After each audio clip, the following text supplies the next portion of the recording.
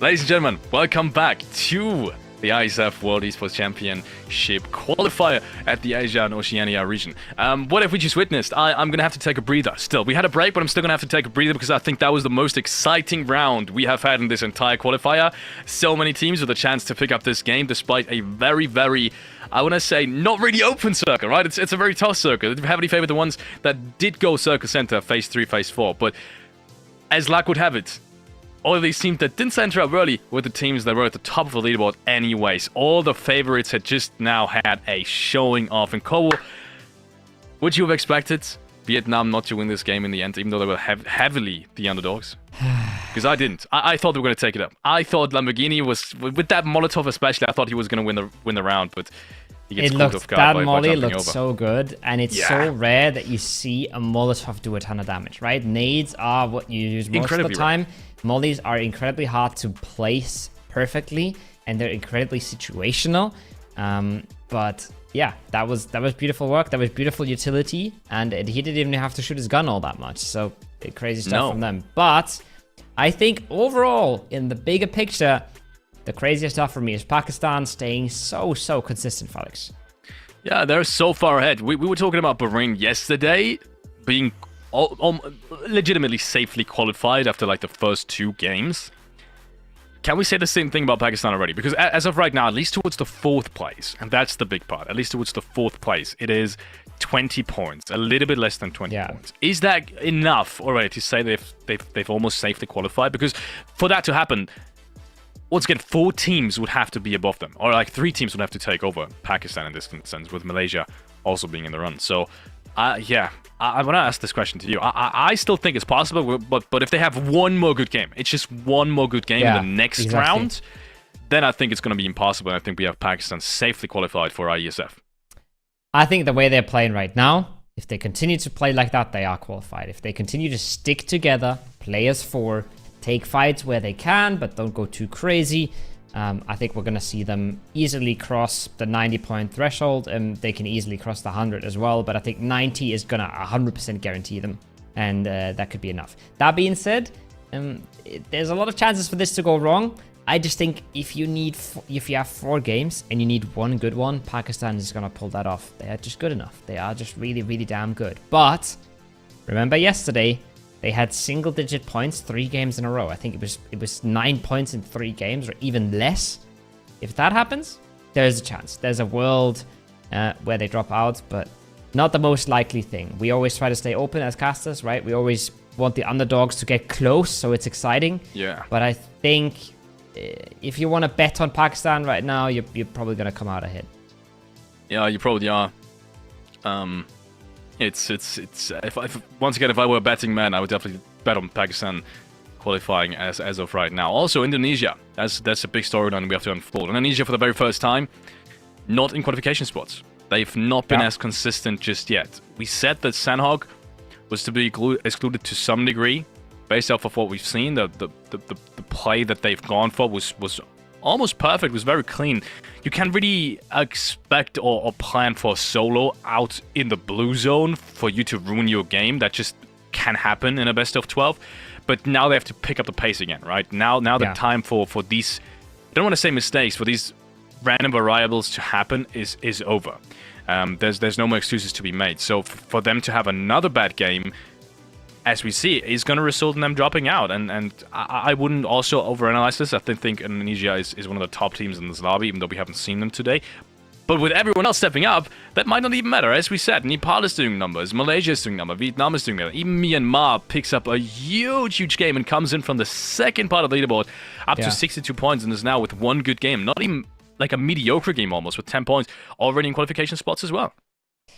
Yeah, that's the interesting part. I think we're going to see, like we did yesterday, we're going to see a battle for 2nd, and we're going to see a battle for 3rd. That's where it gets super interesting. Indonesia, 4 points in the first match, 2 points in the second. That's not a trajectory you want to be on, and that's going to put them at the bottom of the runner-up pack, where they are now, like you said, out of the qualifications for the first time ever in this tournament. And yeah, they're going to have to wake up. They're going to have to figure things out. I think they are a very confident-looking team. They are a very explosive team. So I think they have a really good chance of qualifying, but the teams around them are playing their hearts out as well. So this is going to get super, super interesting. And somehow Myanmar has put themselves in the mix now as well. Yeah, super, super interesting. I also think it's easier to be out of the qualification spots early on, knowing you have so many more chances. But if you're inside of them for the entirety of the tournament, and now with only 4 more maps to go, you drop out of them, I feel like that's just from a mental perspective, that's so much worse. And yeah. This is why I'm just a tiny bit worried for Indonesia. We know how much mental and like mental strength and just the overall setup of the tournament, how much that plays into how good a team plays, especially at the very top level, which we have right here. All of the teams at the very top are absolutely top teams. So I'm just in that regard, I'm a little bit worried for Indonesia right now, even though we've seen very consistent, the same kind of play that we've seen in what also worked in the first game day of this group stage. We've seen that here today again. So in that regard, I'm not worried, but I'm also worried just based off of the results alone. So interesting. Give me a prediction. I want to get straight up with you. In Indonesia, do you think that's going to continue to go that way? I think they're coming back. I think they, in the next 2 games, they're going to have one good one. And that's going to be enough to put them back into the top 3. And I think I'm going to put out my prediction again. I think we're seeing Malaysia, Indonesia, and Pakistan at the World Esports Championship. Interesting. So Malaysia is gonna stay in the top 3. Malaysia stays, Nepal drops out. I don't know why. It's a gut feeling. You've just made lots of enemies. Yeah. You've just made yourself lots of enemies. But listen, all right? Again, I think the top 4 when the day started and the top 4 now, to me, deserves to go. They all play fantastic PUBG Mobile. They can't all Very go. true. One of them is not going to go. No matter how we spin it, how we turn it, some of them are going to have to fall out, and there's not a whole lot we can do about that. Ladies and gentlemen, we'll get one step closer. One more hint after this round on who's going and who isn't. Match number 3 for the second day of the group stage. Here at Group B at the IESF World Esports Championship regional qualifiers for the Asia and Oceania region. It is once again time to see all of these 18 teams play against each other. It is a very straightforward playing path, and the only thing I'm asking myself is, are we going to see Hotshot and Milta again? And to me, the definitive answer is no, because once again, I do think that was kind of a car pickup mistake on 2 teams at the same time. So I think we're going to see Milta Power this round and Small Milta Power being looted by 2 different teams, and Milta being probably taken by China only. The easiest way to figure out if there is a hot drop is to look at where Thailand is landing, and they've been loving the hot drop so far. We've seen them in South George hot dropping, we've seen them in Milta hot dropping. Now they are in Milta Power, and it's looking pretty solid. Almost all teams making it to the loot spots untouched here. Alex, a little bit of a congestion towards the Ferry Pier Bridge, and a little bit of a congestion towards Rozok. But it's looking much cleaner than the last time, at least. But I say that, kills coming out in the kill feed. Yeah, kills are coming out on the kill feed. Also, we have the first circle being shown towards the eastern side. This is disastrous for Japan for the second time in a row. Japan just started to play well. First and relatively the first game that really have shown us that Japan is a force to be reckoned with was the second to last game of the very first day. And for them to have another game right next to it, right, the last game we've seen on the very first day was absolutely perfect in terms of, you know, taking the confidence they need to make something happen today. Unfortunately, if you start off your day with the amount of frags in the early game against you that we've seen so far, all their confidence kind of gets thrown out the window. So I'm really worried for Japan. They had their chances to get in region qualification spots. Right now, it doesn't really look like it anymore. They would need to have also 2 really big games. I want to say maybe even 2 wins to get close. We saw the difference was 30 points, so with 10 points off of placements on a win, they would need to have at least 10 frags between them. And we have more fights going on. Japan did get their player back up, so maybe I'll take it back for the time being, but as Apollo falling down, it is back to our 3-on-3, if I saw that correctly, with Cambodia also losing one, and that is Nanix. Yeah. Messy fight. M16 is going to have to do the trick as he finds one with the shotgun. They want to get Apollo back on his feet. The top is going to have something to say about that. Going to try to get the nade on out. It's a messy hot drop. It's not one that you enjoy being in. But what hot drop is They find another opening. They can close this out fairly quickly. And with the risks that are being taken here by Ranzer, he might just find himself caught here. Good nade. Good bunch of damage. But it isn't the knock. I think there was only bandages on the other side, though. So healing back up is going to take a whole lot of time. And we could even expect some third parties coming in at some point. Yeah, maybe the third party's going to come in, actually. But first of all, it is Japan losing the first player this time around. Finally, Matten, he tried to cross the distance, but it just couldn't work out. And maybe Garlic can bring things back, as it is shotguns all around being the bit differentiator between whether or not you get the frag or you don't. And he's got it. Garnet has got the double barrel shotgun in hand. 3 more players remaining, though. And they've got a pretty good setup. Renza is there in the backlines supporting his teammate in case he gets caught off guard. And right there goes the peak. And Renza has switched his position now. Naoto and his teammates both being at the same building. Not really too much control. Kabocha closing the distance now between each other. They want to get aggressive on this. Look at this. Left side around is the peak. And the double shotgun, at least for now, misses its target. It's an awkward one. They're playing with the timings. They're dodging around the angles. They just need an opening. They don't want to concede any more losses here. SMPs versus shotguns, jumping around the corners. It's awkward to be inside the buildings, but you can sometimes get the peaks around. There's a nice little spray to open things up. The molly on the other side is not going to help all too much. And just like that, down to a 2v1 now. They want to close this out, but there's still a micro Uzi on the other side. This could still go either way. It's not looking good, though. Japan is the one coming out on top. Cambodia just cannot get a footing in this lobby, but Japan also, we said they needed a big round. This is the second time they fought now in 2 out of 3 games at the very early stages of these rounds. And man, they're kind of throwing away their own chances. They picked up 30 points in 2 games. At the very first day. I said it before. If even anything close to that would have happened today's start of it as well, we wouldn't have to worry about them. But right now we do. Them losing 2 players, once again, it's just not going to be enough to pick up these huge double digits rounds that they need. And they have the potential to do so as well.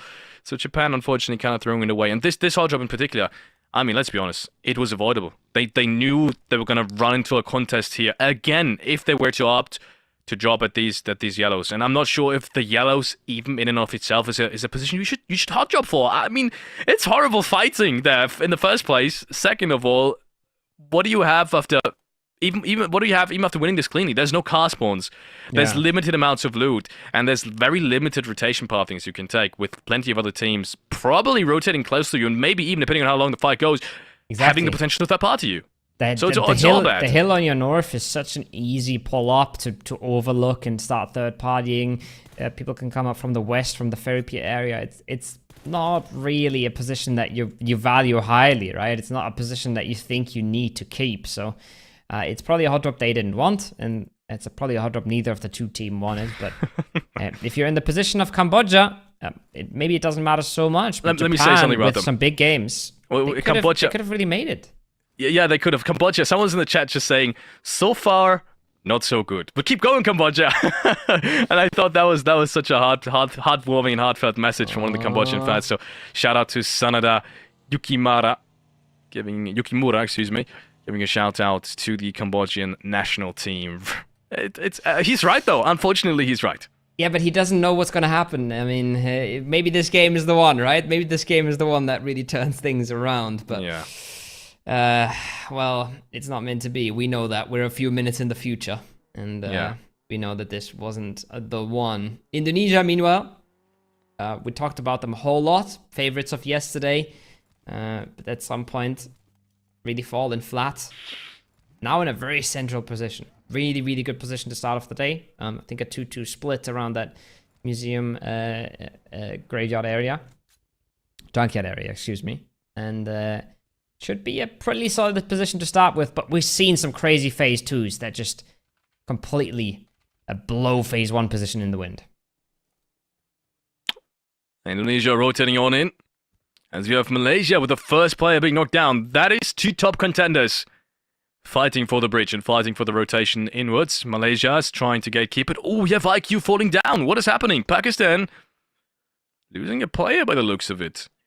From falling. Is he going to be flushed? That's the big question. They're fighting against Japan, apparently, which should be a 4v2 fight originally. At least when it started with IQ being knocked. Maybe it's a 3-on-2, or maybe it's a 3-on-1 now? Yeah, so it's a 3-on-1 when it looks like IQ is going to get picked back up by Noki. So Pakistan is still very much in this game. And Japan, honestly, the positions they have, no chance for a res and only one player being left alive. Really good pickup potential for Pakistan now. Yeah, especially getting that res is massive, right? Like, the 2 kill points are reasonably easy to get if you're in a 4 versus 2, but staying clean is the hard part, and so far they've been able to do that. Now, if they don't give him the chance to confirm any of his knocks, then that would be beautiful. One more knock, maybe a second one as well, but no. That trade is there just in time, just barely in time, to get Carlos back on his feet and to make sure that they stay kicking in this, and that's exactly what we expect from Pakistan, right? Play close together, use your numbers, use your individual strength, and that should be enough to secure a few points every match and let you cruise towards qualification. Yep. That's another one down. Done and dusted. Myanmar now losing West Kerry and Master. After that great last game, that is the worst potential start into the next one. You do want to keep your momentum up high. And being bridge camped is kind of the worst scenario, honestly, because that's the one scenario where you just don't have control over the situation. And we've been talking so often about how and why these top teams are performing, and it's mostly because they decide how they want to play this game. They put pressure on other teams. They are the ones that are never being pressured by other teams because they're the ones taking control of the round. If they do pick fights, it's because they want to take the fight, and that's what kind of differentiates some of these top teams with some of these lesser experienced teams. You can tell whenever Indonesia is in a fight for the majority of this, of at least for the first group day, you could tell if they started it, it's because they wanted to. All right, it's a very calculated kind of risk taking, and you can see the same thing going for Pakistan. Circle's gone east towards Lipovka. And we will see some teams already centering up. We watched Indonesia. They're a bit struggling around that wizard tower, trying to figure out what they can play, trying to figure out what they can get away with. They love to be prodding and figuring out how far can we go. And sometimes you'll find yourself a nice easy kill. Sometimes you got to be a little careful, especially now that your position is known.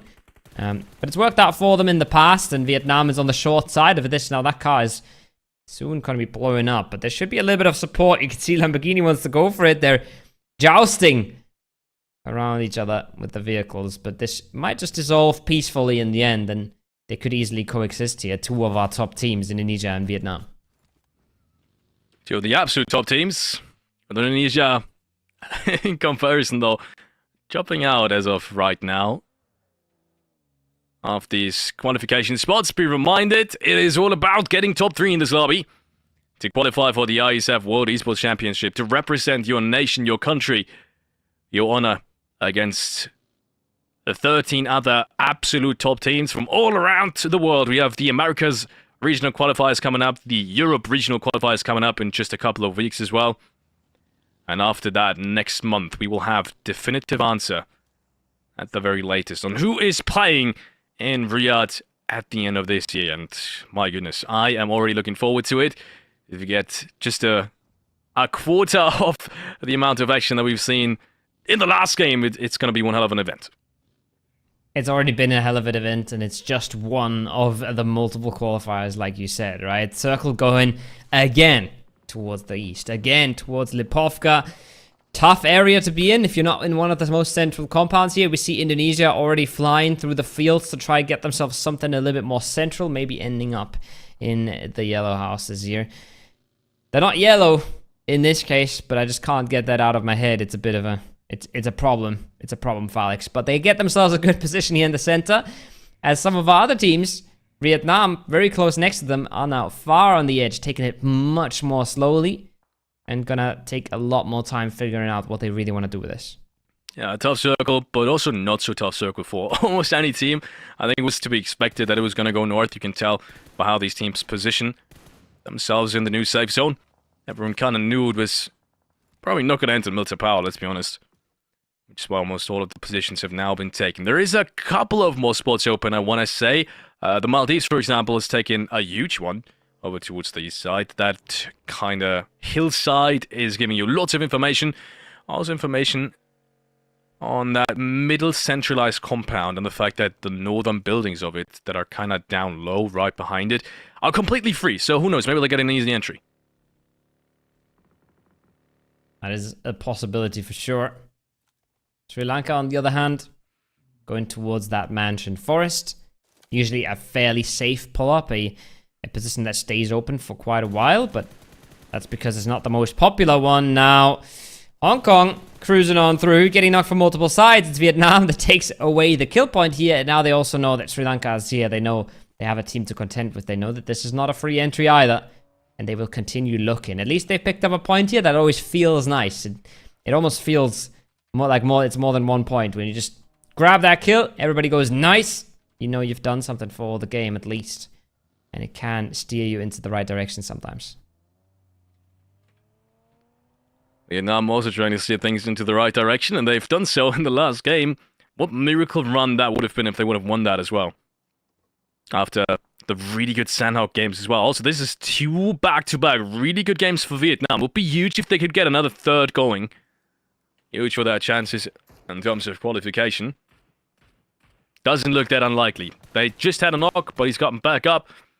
So Vietnam continues to rotate in to the western side. They're playing very edge-heavy. I wouldn't have expected, honestly, out of all the teams. Maybe that's also due to the fact that it's just such an east-heavy circle. But out of all the teams I would have expected to play a little bit more centralized, I would have said Vietnam, especially out of the top teams. But they're continuously trying to take a similar kind of approach to Indonesia now. Taking huge space on the edges, and then rotating in because of that, and making sure they get a safe entry at the very least in Phase 4 and Phase 5. It's been working, but anything after that, as we said, gets significantly more complicated. The more teams you have, and the more edge you are. Yeah, it's the more complicated playstyle for sure, but it's been working for these guys. That is for certain. 3 elims now. Teams in front of them are weakened. They know Brunei has lost members. They've already been eyeing up Malaysia there as well. And they will make their entry. And even if you just find 1 free kill on a team in front of you, that can be a massive opener that can make the push so much easier later on, like that. But it's a nice frag back from Cook. It's a second one out of the shack as well. He's doing so much damage here, finally taken down. And once again, it's Malaysia doing damage, but it's the numbers of Pakistan that keep them in this. It's just so important how closely they are stacking to each other, Felix. Second time in this game that they do get knocked down because they are so aggressive, but they're able to consolidate almost immediately. Yeah, and that's so important, that immediate consolidation. IQ gets another one. It's this second frag as well. IQ once again showing off why Pakistan is such a force to be reckoned with. Yoni now is also grouping up. That's pretty good.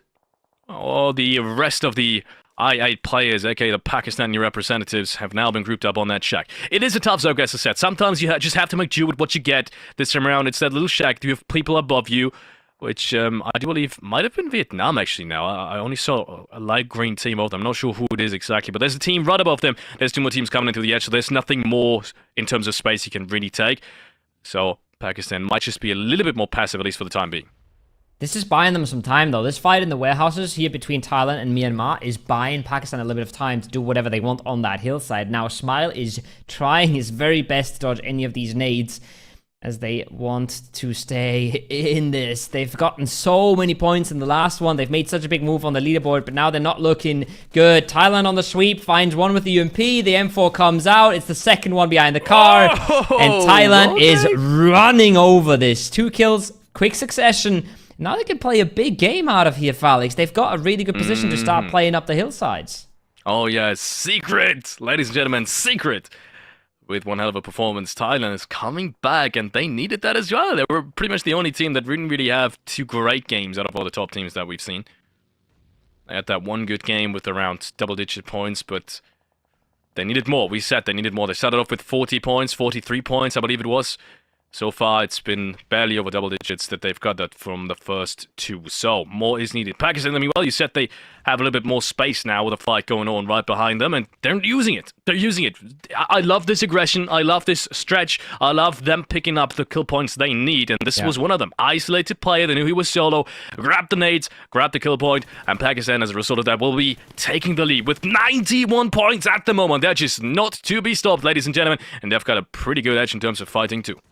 Yeah, they've got a beautiful position now to keep playing this game from. Sri Lanka, at the meantime, is dismantling Bangladesh. Look at the amount of util coming over. The SMGs are coming out. DBS on the other side is absolutely lethal. But it's 2 knocks that can be easily traded because the last Bangladeshi player is nowhere to be found. I want to come back very, very quickly to Pakistan, though. They've already gotten their 5 elims. They've already done their job again. And they continue to do that every single game, Felix. Here we see some teams struggling for space, struggling to make anything work. But those teams, they need big games. Pakistan does not at all. Pakistan is happy with the kills they've gotten, and they're even going to amount more here in this game. But they just continue to consistently do the job. And it's so impressive to see how they can pull it off every single game. Yeah. That's the big thing. Oh, good spray coming out from Steel Shot. Pretty good shots. Here's the solo as well, ruining the chance of Sri Lanka. That must be disastrous for their morale right now. They just want to find a footing in this one, and then they get shot out by Steel Shot. Oh, if you would have just maybe spread a little bit longer, you would have gotten that player who just exited his vehicle as well. But that being said, player zone is coming in. One more Sri Lankan player being taken down, and he needs to make his way in as well. Talon taken out. That means they're no longer in the sights of Pakistan. 8 elims now. They're looking for the next team. They're going to fight their way down that ridgeline. They don't even have to go up the hill here. They can play comfortably below Vietnam, who have their own bit of troubles to deal with. Lamborghini finds a good spray, but he's got multiple players of the Nepal squad. They've been quiet this game. We haven't talked about them all too much, Felix, but they're still in contention as well. Remember, Nepal, one of the names we definitely need to watch out for. Right now getting held up by Vietnam, and it's not looking good for them here, but Goshu is going a little deep, maybe. Yeah, maybe just a tiny bit too deep, and it is indeed Vietnam that I spotted on the top of that hillside, and it feels like they weren't quite aware that so many teams were going to sneak up on each and every single side, and look at this, they're being picked apart from both sides. Gozu being taken down. There is one good trade against Pakistan, and they need to be careful. It is only 3 players left alive for them. You can see one of them died really far towards the outskirts, so Pakistan has to kind of drive and divert their forces once more. But then again, Vietnam has secured knocks from both sides, and that means it's only Kwanji left alive. And well, what's more is he going to do? I don't even think he can get these players back up, depending on how the sidelines are. There's people towards his west, people towards his south, people towards his east. What more can he do? I feel like they're going to be limited any second now. Yeah, it's not easy. You gotta find your timing to get out of the pinch, right? When you're playing such a center position, you're waiting 1 or 2 circles until you're in the late game, and then you try to get out of that middle. You have to get out of the pinch so you can fight one team isolated. That's not easy to do, and that doesn't always work out. Now Indonesia sweeping on in as well. Nepal sweeping in. This might be the timing for Vietnam to get out of there, right? This might be the knocks they needed. This might be the scrap they needed to get out of the pinch. So far, the trades are coming through, but the fight's not over yet. No, fight's not over yet. There's another nade coming on through as Heights Dami goes down. And now there's only 2 more players left alive for Nepal. They're fighting for their lives right now. Indonesia is approaching. Maybe he can see him. No, he doesn't. Punbut goes down. This is a 2v2 trade right now. Nepal is fighting for its existence in this round, and they're being really good on top of that. And meanwhile, this gives Vietnam now the opening to third party this. One more trade. It is Indonesia striking back against Liquid. But is it gonna be enough? That is the big question, as all of these 3 teams are still standing. Look at this, Kwanji with a big look. Now Nepal is being taken out. But look at this, Kwanji, I said it before, and Vietnam in general, they're so very close. Now the nade are coming in. Did they see him? I think they saw him. They have a good idea of what's going on. Yeah, they have a good idea of what's going on. They've been able to hold on. That's the massive thing as well, right? Taking down the team right in front of them, taking the team that's been outperforming them on the leaderboard every now and then. This is massive for Indonesia, but there's now 2 teams again. Pakistan has had time to regroup, has had time to raise their players back up, and now it's Indonesia getting crunched. They got out of the pinch for a second, and there's a new pinch waiting for them. It's not easy. It's not easy when you're on an edge with so many good teams, but look at all the third parties coming in, Felix. Nobody down here is having a good time right now. No, nobody down there is having a good time indeed. Chinese Taipei, though. Gotta give a quick shout out to them. 2 frags. We haven't really seen them in late game at all, I think, in any of these matches. So for them to finally get some placement points on the board, and also a couple of elimination points, is really, really important for them. They did have the best position. I was talking about it. Their position, and especially the buildings up north being free. So they didn't really have to move too much. But also, we said it time and time again, these are the kind of rounds you need to pick up. Gotta pick him up, but the big stories are written on that southwestern edge. Now, one more fall in for Pakistan. It is Bhutan making their moves. They've impressed us time and time again as well. Now they have the best team in the lobby ahead of them, but it is a 4v2 if they would decide to take it. They don't have to, though. They're fine playing where they are. They're fine holding their ground. So is Pakistan. Pakistan would love to get a third party in here. Vietnam finds Razy. Indonesia down to 1. And there's third-party shots coming in. IQ finds 1. That's exactly what they want. 1 more kill point, 1 more placement, and they keep creeping towards the triple digits. Keep creeping towards the 100-point line, and it's working out so well for them right now. It's just the sheer consistency. IQ is on 6 elims right now, Felix. 6 eliminations. They need it as well. IQ, he's been once again the star fragger for this lineup, and he's been one of the biggest reasons why these guys are standing at the very top of the overall leaderboard. But it's not over yet. It is far from over. They have secured 10 frags, but they're still very much inside the circle. Now Bhutan is creeping up, but look at that position. Momo is all alone at the moment, and the rest of the Bhutan players would still have to cross the road for them to even make anything against that happen. I don't think they know where Yoni is at the moment. If Momo exits his vehicle, he's going to be an easy pickup for him. He peeks around the corner. Bhutan loses its first player, and suddenly everything becomes possible again for Pakistan. I think the nade is going to flush that player too. This is such a strong pickup for Pakistan right now on that eastern edge.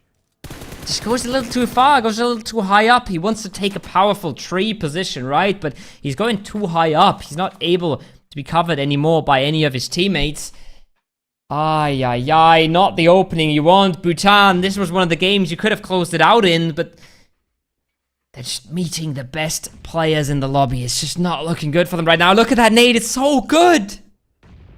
Might be almost perfect. IQ gets taken down very low. Both players still need to be very careful, but then again, the Bhutan players are still far from really being grouped up, and this could give Yoni another opportunity of maybe taking another knock. He will at least get the flash in.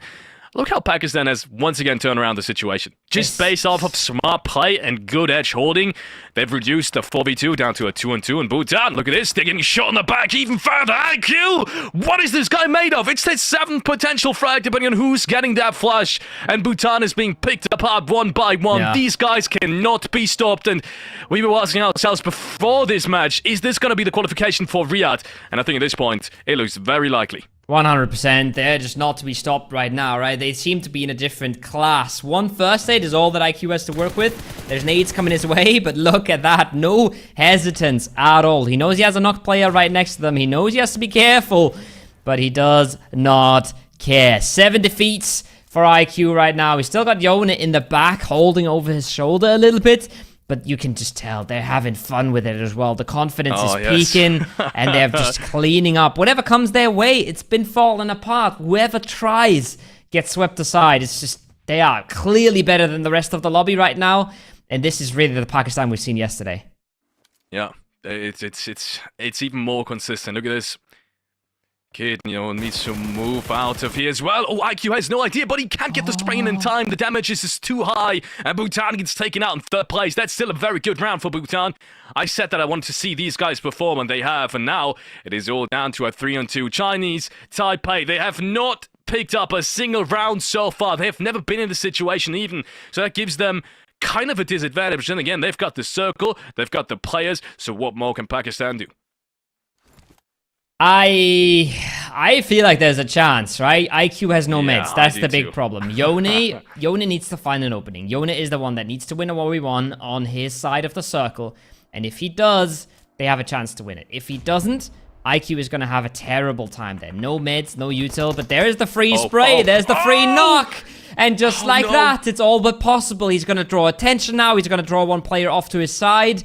And IQ might be able to strike. Pakistan might do the absolute unthinkable here and just bombard themselves to another chicken dinner. And look at how much space he has. He could move around even further than what he's doing already. He's got a smoke going. I don't think he realizes how passive Chinese Taipei is right now. And you can tell, Emperor, he's just sitting, proning in the grass. He's not even sitting, he's just proning in the grass right now. He's not doing anything with the circle space he has. He wants to wait for the next circle to just close on out, because then he's going to be in the deep circle center and everyone else is going to have to move towards him. But that would have worked perfectly if they wouldn't have lost that third player. Now it comes down to the next team fight, as you said. And IQ, I'm not sure if he's to be expected down there. It's a good position he has. He should have a lot of information. He should have a lot of vision down on these players. But Yone has already made a bit of a creep up that Pink has not realized, right? He's not seen that move coming out. And there's IQ catching one. What is going on, Felix? These guys are just not to be stopped. Everything they touch is just turning into gold. Now they've brought this down into a 2v1. They seem to have such a good idea as well about where Emperor is playing.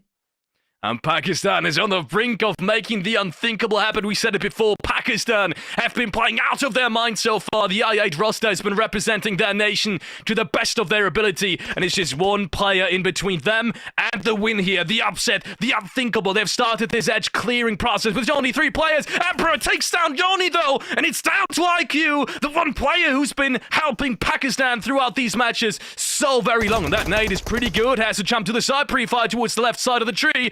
And it's not happening just yet. He's got another nade going. That one is really close. Oh, Chinese Taipei has done it. And it's the 1v2. It is not Pakistan, after all, to pick up this round. I think that is a surprise to us all.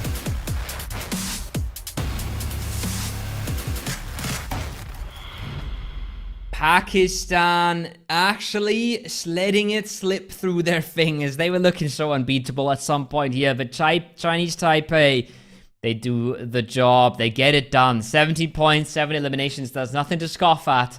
And that is one of the hardest teams that you would ever have to take out. So shout out to them. Well played in the end. The nades were just perfection, right? He throws one at the tree. He throws one a little further back. And there's nothing IQ can do to clutch that one out. Crazy game.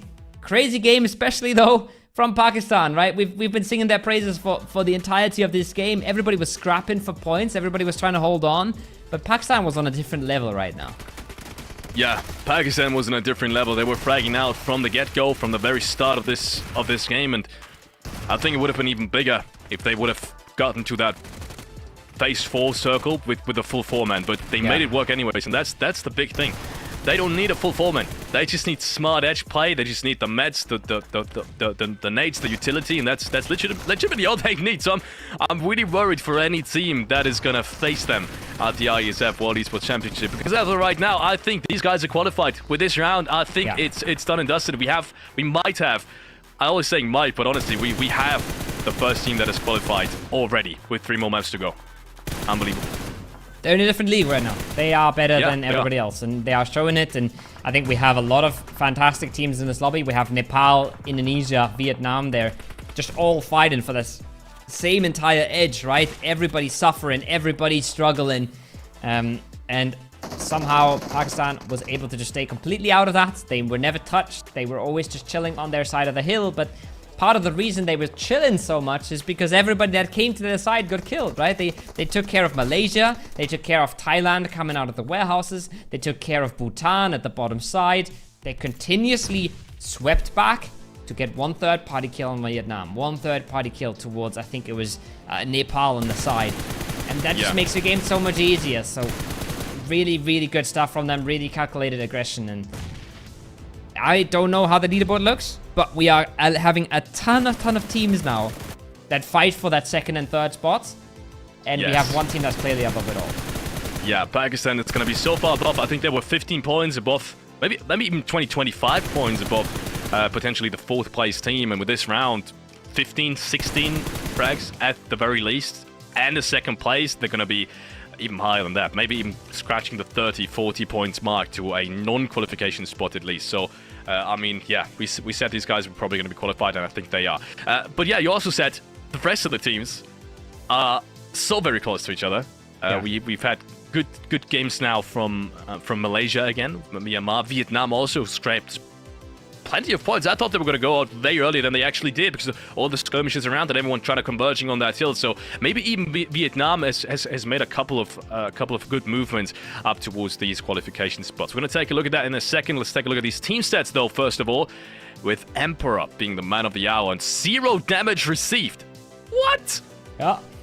That man was standing in a very tall building shooting at people for a very long time. Yeah. But he got himself his 400 damage, he got himself his 4 elims, and he's put a big stamp in the performance of Taipei. They haven't had the best tournament so far, but this game, they did exactly what they had to do. They took the compound, they held it, they made sure to hold out the right teams at the right time, and then they closed out the endgame. The endgame wasn't super clean. It wasn't easy, it wasn't a sweep, but they closed it out in the end, and that's all that matters. Yeah, not an easy thing. Not an easy thing, though, to accomplish. 21 points, ladies and gentlemen. That is one of the best rounds we've seen from any team. And to no surprise, it comes from Pakistan again, who's also secured the biggest round here at the IESF World Esports Championship qualifiers of the Asian and Oceania region. 21 points again. Bhutan and Indonesia, I want to talk about these teams as well, though, as well as Vietnam. All runner-ups, all picking up close to double digits, especially Bhutan with the second relatively good game. But the one thing that leaves a bitter taste in my mouth is Bhutan had that round in their pockets as good as no one did in that one, and they lost it again. Just like last round, the 2 rounds ago, actually, Sanok. So just imagine them picking up both of these rounds. Would have them in the top 3 potentially. I'm pretty sure actually would have them in a top 3 scenario. It's, it's rough. Like, you want to say that they should have won this round, but they were also up against Pakistan, right? And it feels like you can't really do much when you're up against that Pakistan squad right now. They are rolling through the lobby, they're confident, they're taking space, they're playing off each other, and it's tough, it's tricky. Malaysia falls short once again, making sure that we keep that top 3, top 4 super spicy for you guys, because 3 points Malaysia, 4 points Nepal, and I think it was 9 points Indonesia. Should mean that Indonesia is back towards the top, but also should mean that it is incredibly close once we get to those overall standings. It is going to be so very close on the overall leaderboard. I can't wait. But first, we're going to take a look at some of these statistics from match 9 once more. 295 smokes nades. Still less than I expected, to be honest. And once again, only 1 vehicle eliminations. These teams, despite us seeing a lot of fights early on, I want to say phase 1, phase 2, and phase 3, still very rarely get shot out of rotation. I think that also speaks volumes about the strategic kind of level we have in this lobby so far. With 18 teams, usually you would expect way more players being shot out of rotation, but they've adapted to this lobby quite well. They have, and this is again a good excuse for us to explain why we talk so much about Pakistan, right? They have the most elims, the most damage, the most assists, the most healing, and the most knocks, and a lot of that is IQ. But he has teammates stepping up to hold his back. Surprise! 8 elims, 2 assists, 2 headshots, and making it to the very end game. He's the MVP of this match, and he's stealing the thunder a little bit from a Chinese Taipei that wins this game. Yeah, IQ, he's been the man of the tournament so far. I think you would agree, despite absolutely. Here and there some people making big strides towards this. All in all, I think IQ, we're going to see that in player statistics. I'd be surprised if he wouldn't be the player that had the most eliminations in the entirety of the tournament so far, and this is a good reason for it. I mean, 8 eliminations, 2 assists on top of the eliminations. Usually if you had 8, that's already insane in and of itself, but that usually means you've kind of snagged a couple away from your teammates, but you're also getting 2 assists. So massive stuff from IQ. Also 1.2k damage. I would have expected even more, but then again, these fights that they did have, they closed down really fast, which also speaks to Pakistan's decision making in terms of taking fights. And in the straight up head-to-head, once again, it's going to be a really definitive answer on who was taking control of the round, especially. And they are not sitting around wasting time. Like, they're not ADR farming each other. They're not healing off. They're identifying a weakness and they're punishing it as 3. You know, they even when they clear that shack, 2 of them get knocked, but they instantly get the trade. When they clear the Japan player on the bridge, 1 of them gets knocked, they instantly get the trade. They're not letting enemies heal up. So they're not farming damage, which doesn't matter. Damage doesn't give you points. They are closing out their fights quickly. So That's why the damage numbers are not that high. 3,000 damage is pretty high though, regardless. But it is to be expected for a game like this. And we're now gonna see them on the overall standings, running away with it completely. But look at all these teams with a 7 in front of that point total.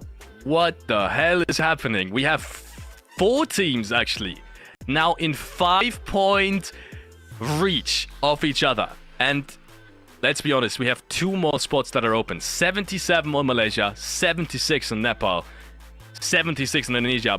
Points tied with Nepal, obviously having the tiebreaker with a winner-winner chicken dinner. And then Vietnam is 72 as well. Vietnam has brought it back from a 20-point difference almost to a 5-point difference, or even 4 points, depending on how you want to take it. Unbelievable. Nothing short of amazing. Also, Myanmar still in the run with that big game in Bhutan. We can only sit here and think about what would have happened if these guys would have secured one of the rounds, either the first one or the third one that we've seen so far, because then they would be in absolute close contention, if not already in the qualification spot as well. Yep, this is pretty much what we're at right now. We have 6th to maybe 8th place. They need a win if they want to compete. All the other teams just have to play solid games. 72 to 76. That's a little hop. That's not even a gap. You can't call that a gap. And it's gonna get so exciting. It's gonna get so exciting. A lot of teams at the bottom of the scoreboard that don't really have a say in this anymore. They're fighting for pride. They're trying to learn as much as they can from this lobby. They're trying to represent their country as the best they can, but they're not really competing for the top 3 spots anymore. So top 5, top 7, super stacked, super interesting, and then it falls off a little bit. Falls off a little bit indeed. All these teams almost already being out of the run in terms of qualification. But as we said before, all of these teams are still fighting for their honor, for representing their nation. They've all had to make it through each to their respective qualifiers of their nation. So it's that in and of itself. I was talking about Mongolia, for example, yesterday.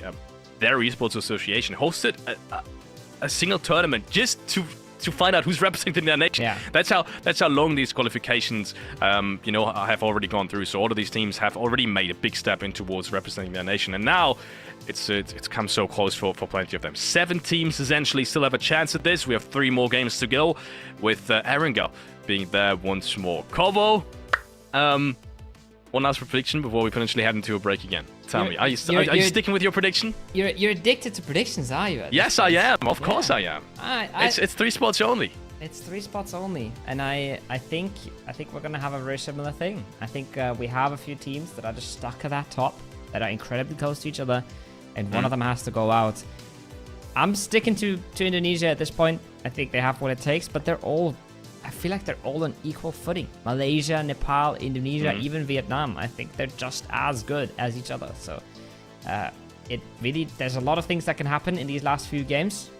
There's a lot of crazy stuff that might go down with half of the lobby not being able to qualify anymore. But we'll have to wait and see. The players will have to show us. And the players will show us right after this very quick break. We'll be right back in a couple of minutes for the remaining 3 games of Group B.